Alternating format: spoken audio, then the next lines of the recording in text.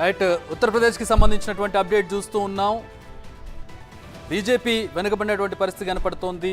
సాధారణంగా ఉత్తరప్రదేశ్లో మెజారిటీ సీట్లు సాధించినటువంటి పార్టీ లేదా కూటమి ప్రభుత్వాన్ని ఏర్పాటు చేయడం అనేది ఒక ఈక్వేషన్గా కనపడుతూ ఉంటుంది.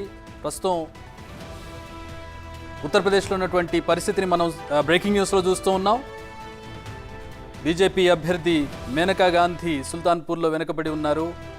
ఈవెన్ అసలు 300 కూడా ఇప్పటి వరకు దాటలేదు. ఎన్డీఏ కూటమికి సంబంధించినటువంటి నెంబర్ 298 దగ్గర ఆగింది. 290 నుంచి ఒక గంట నుంచి 290 దగ్గరే ఈడవుతున్నటువంటి పరిస్థితి మనం చూస్తూ ఉన్నాం. ఇండియా కూటమి ఎక్స్పెక్టేషన్స్కి మించి 226 స్థానాల్లో ఆధిక్యంలో కనపడుతూ ఉంది. ఇతరులు 19 స్థానాల ఆధిక్యంలో కనపడుతున్నారు.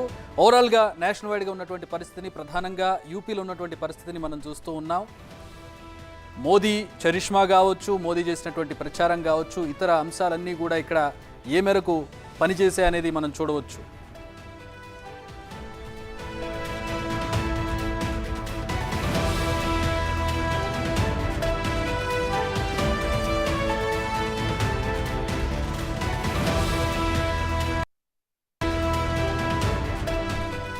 ఉత్తరప్రదేశ్ మీద ప్రధానంగా కాన్సన్ట్రేట్ చేశారు.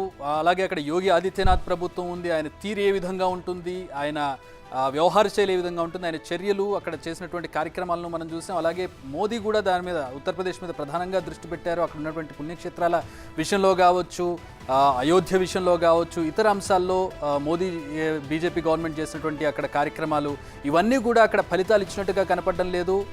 ప్రస్తుతం కేంద్ర మంత్రి స్మృతి ఇరానీ కూడా ప్రస్తుతం అక్కడ వెనుకంజలో ఉన్నటువంటి పరిస్థితి కనపడుతుంది.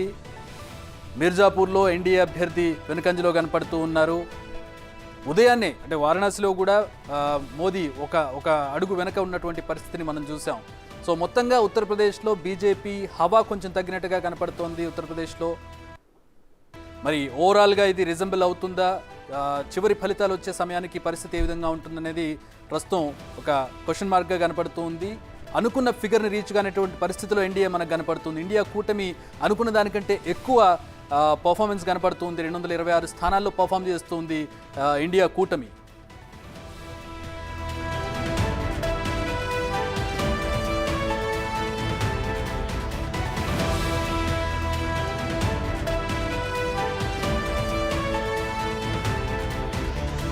పాలిటిస్ట్ రవికుమార్ గారు జాయిన్ అవుతూ ఉన్నారు. అలాగే టీడీపీ స్పోక్స్ పర్సన్ విద్యాసాగర్ గారు జాయిన్ అవుతూ ఉన్నారు.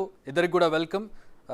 ముందుగా ఒకసారి రవికుమార్ గారి దగ్గరికి వెళ్దాం. రవికుమార్ గారు, ప్రస్తుతం మనం చూస్తున్నాం, ట్రెండ్ చూస్తూ ఉన్నాం. యూపీ చాలా స్ట్రాంగ్గా ఉన్నటువంటి పరిస్థితి. అలాగే యూపీలో ఎవరైతే